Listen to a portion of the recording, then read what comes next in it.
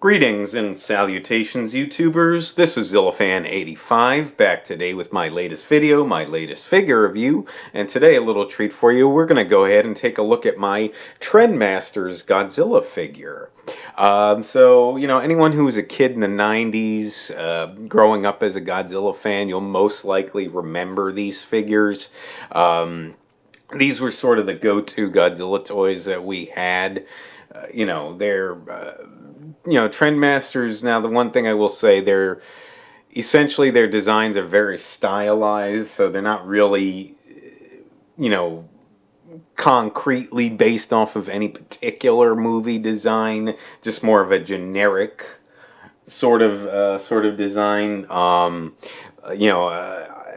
For example, the Godzilla here is essentially based off of his Heisei era design, so not really any particular film from the Heisei era, per se, but basically the Heisei era Godzilla in general. And again, the designs are very stylized, so they're not really like your top of the line figures, but growing up as a kid having these toys, they definitely hold a lot of sentimental value. I have a bunch of them in my collection, including some that I picked up more recently. They were ones that I always wanted but never had.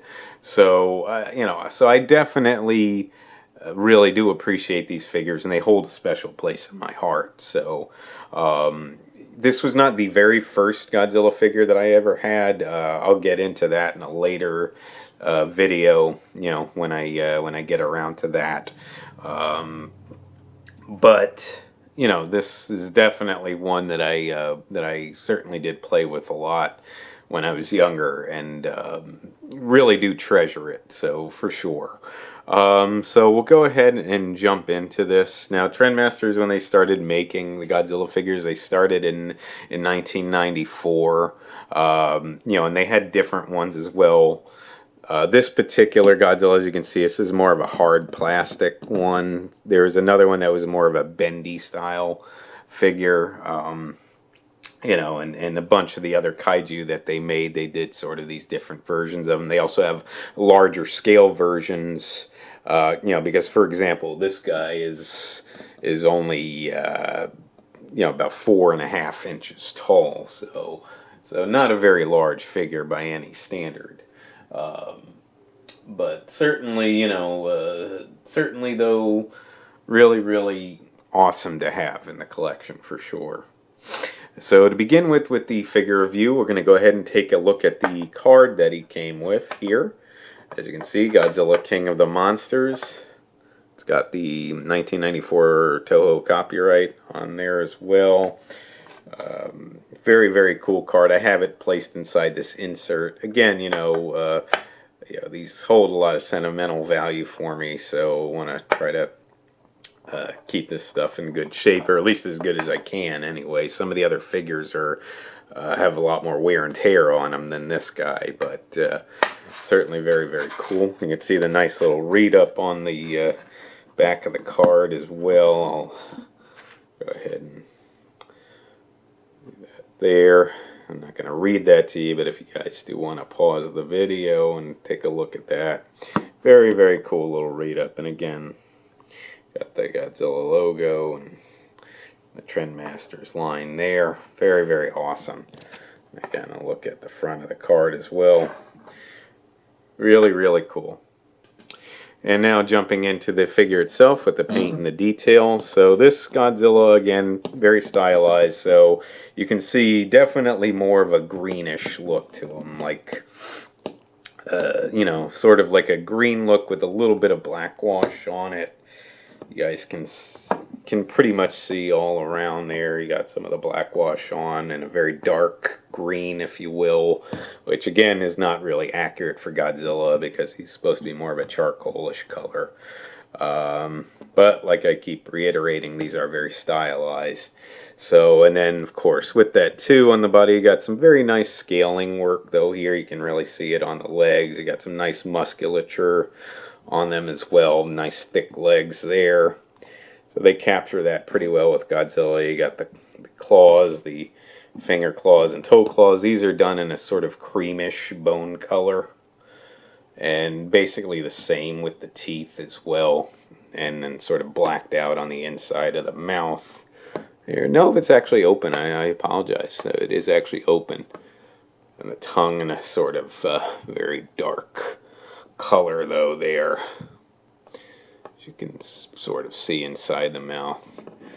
But, you know, nice, sharp-looking teeth. These are not individually sculpted, though. These are painted on. You can see that there.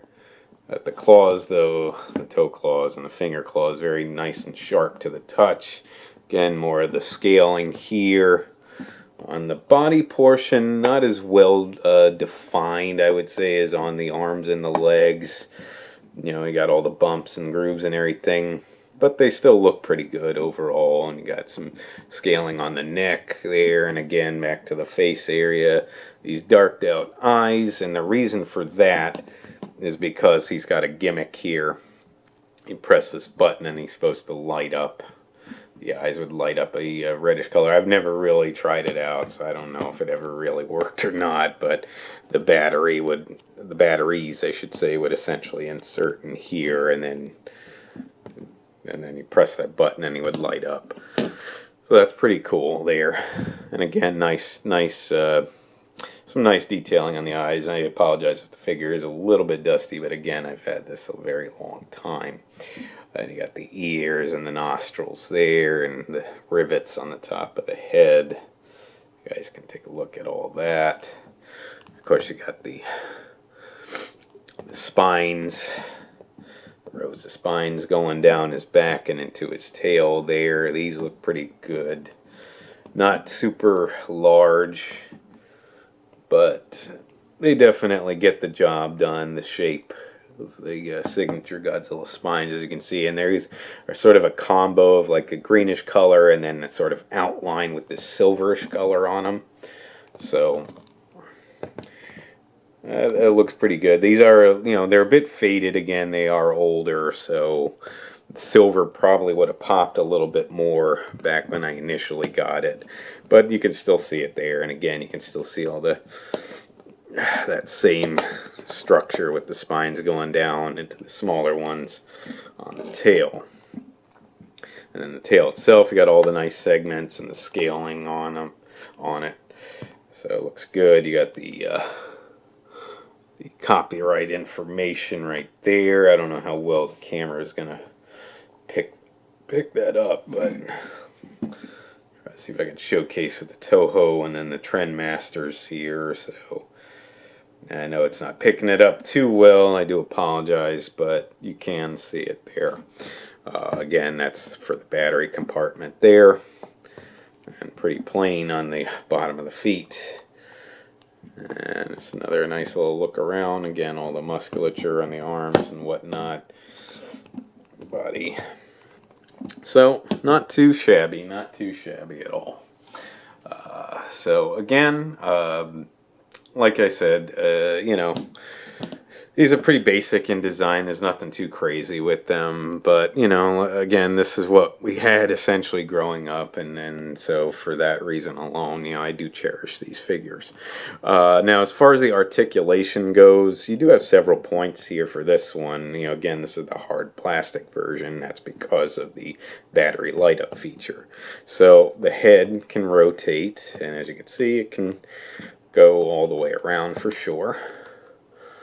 And the arms can go basically all the way around, but they will rub up against the legs, as you guys can see. So yeah, and this one really would have to kind of force it, so I wouldn't really recommend it, but you can get decent enough range of movement out of it. Then the legs themselves can rotate. If you move the arms out of the way, they can certainly get all the way around there, as you guys can see. So pretty decent range of movement there. And then nothing at the base of the tail, but in the midsection of the tail you do have this here. It's a bit of a loose joint, but at least though it can rotate pretty freely, and obviously you can get 360 rotation out of that. So Very, very cool. So again, basic articulation, but it gets the job done here. I certainly think so. Again, for sizing, these are not, these are not like your 6 to 7 inch figures. These are about 4.5 inches, so they're a little bit on the smaller side. Probably will size in fairly well with your Revoltech figures. For example, actually, I do have my Revoltech Mothra right here. You can see, well, she's a smaller one anyway, but still, though, looks pretty good next to Godzilla, I think. They size in fairly decently. So, I do think Revoltech should have made this Mothra larger than they did. But still looks pretty good, nonetheless. So, I like it. I like it a lot. If anybody caught that reference. So, alright. So, that kind of covers it for sizing. And then for pricing, eBay would probably, in my recommendation, be the best place to look for these figures. The ones that I picked up recently, that's where I had to go. And I do see a good amount of Trendmasters Godzilla figures on there. Not just Godzilla, but the other kaiju as well, of course. It depends on which one you get. The larger scale ones are obviously going to cost you more. But like these, they're smaller scale ones like these. They're 4.5 to 5 inch figures, if you will. Because that's roughly about the size of these. It depends. If you get them in the package, they're of course going to cost more. I mean, that's going to double or more your price. But when you get them loose, though, like Godzilla here, this version, the hard plastic version, if you get it loose, just like this, would probably be around 25 or so. It does depend on the seller, because I've seen prices all over the place. The softer one, the bendable version, would probably be a little bit less, maybe more like $20. And then, like I said, this one would probably be about $25. Ones that are more rare will cost more, though, even if they're loose. So do keep that in mind, and we'll get into that when I cover those figures. But other than that, I think that about covers it for this video. I do want to thank you guys so much for watching. If you would like to subscribe, please feel free to do so. If you would like to like and or comment on any of my videos, please feel free to do so as well. And just remember, until next time, ladies and gentlemen, you be good to yourselves, and sayonara.